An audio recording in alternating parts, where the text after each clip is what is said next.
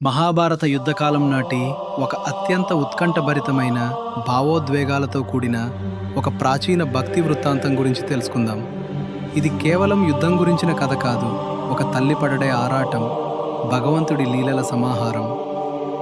కురుక్షేత్ర యుద్ధం ప్రారంభం కావడానికి ముందు జరిగిన కథ ఇది. భీముడికి హిడింబకు పుట్టిన కుమారుడు ఘటోత్కచుడు. ఆ ఘటోత్కచుడి కొడుకే బర్బరీకుడు. అతను చిన్నతనం నుంచే అద్భుతమైన విలువిద్యను అభ్యసించి శివుడిని మెప్పించి 3 అమోఘమైన బాణాలను వరంగా పొందుతాడు. అందులో మొదటి బాణం యుద్ధరంగంలో తాను అంతం చేయాలనుకున్న శత్రువులందరినీ గుర్తిస్తుంది. రెండవ బాణం తాను రక్షించాలనుకున్న వారిని గుర్తిస్తుంది. ఇక మూడవ బాణం కేవలం ఒక్క క్షణంలో శత్రువులందరినీ నాశనం చేసి తిరిగి బర్బరీకుడి అమ్ముల పొదిలోకి వచ్చేస్తుంది. అంటే బర్బరీకుడు తలుచుకుంటే కురుక్షేత్ర యుద్ధాన్ని కేవలం కొన్ని నిమిషాల్లో ముగించగలడు.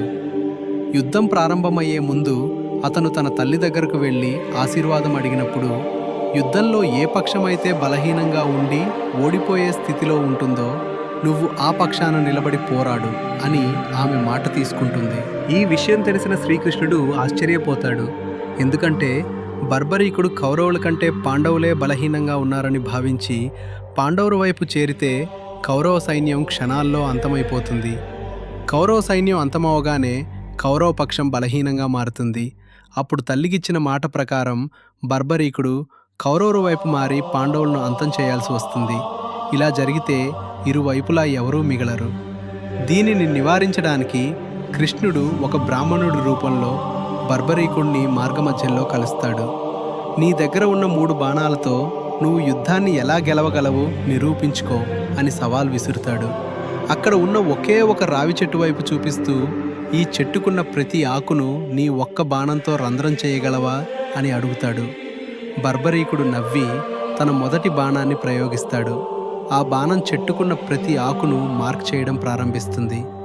ఆ సమయంలో కృష్ణుడు ఎవరికీ తెలియకుండా ఒక ఆకును తన కాలి క్రింద దాచేస్తాడు. ఆ బాణం చెట్టు ఆకులన్నింటినీ మార్క్ చేసి కృష్ణుడి కాలి చుట్టూ తిరగడం మొదలు పెడుతుంది. అది చూసి బర్బరీకుడు, స్వామి, మీ కాలి కింద ఒక ఆకు ఉంది, మీ కాలు పక్కకు జరపండి, లేదంటే బాణం మీ కాలిని కూడా గాయపరుస్తుంది అంటాడు. బర్బరీకుడి అసమాన శక్తిని చూసిన కృష్ణుడు అతని అసలు రూపాన్ని వ్యక్తపరుస్తూ, ఈ మహాసంగ్రామం ప్రారంభం కావడానికి ముందు ఒక గొప్ప వీరుడి శిరస్సు బలి కావాలి, నీ తలలను నాకు దానంగా ఇస్తావా అని ఒక కఠినమైన కోరిక కోరతాడు. బర్బరీకుడు వచ్చినవాడు సాక్షాత్తు భగవంతుడని గ్రహించి క్షణం కూడా ఆలోచించకుండా తన కత్తితో తన తలను నిరికి కృష్ణుడి చేతిలో పెడతాడు. కానీ చనిపోయే ముందు, స్వామి, నేను మహాభారత యుద్ధాన్ని పూర్తిగా చూడాలనుకుంటున్నాను అని ఒకే ఒక కోరిక కోరతాడు. కృష్ణుడు దానికి అంగీకరించి బర్బరీకుడి ప్రాణాన్ని అతని శిరస్సులోనే నిలిపి కురుక్షేత్ర యుద్ధభూమి మొత్తం కనిపించేలా ఒక ఎత్తైన కొండపై ఆ తలను ప్రతిష్ఠిస్తాడు. 18 రోజుల పాటు జరిగిన యుద్ధాన్ని ఆ శిరస్సు నిశితంగా గమనిస్తుంది.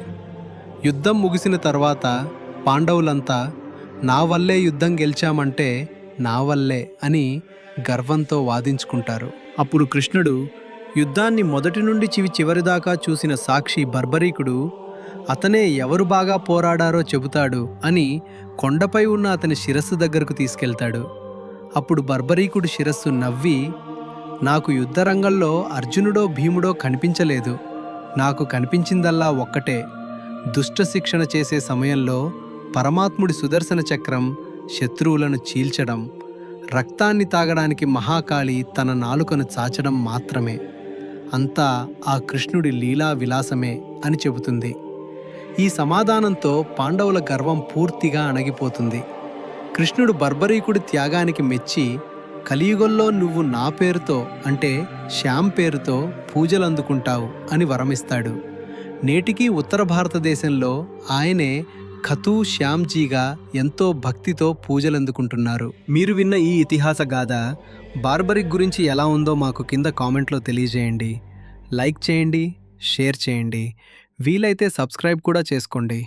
జై హింద్.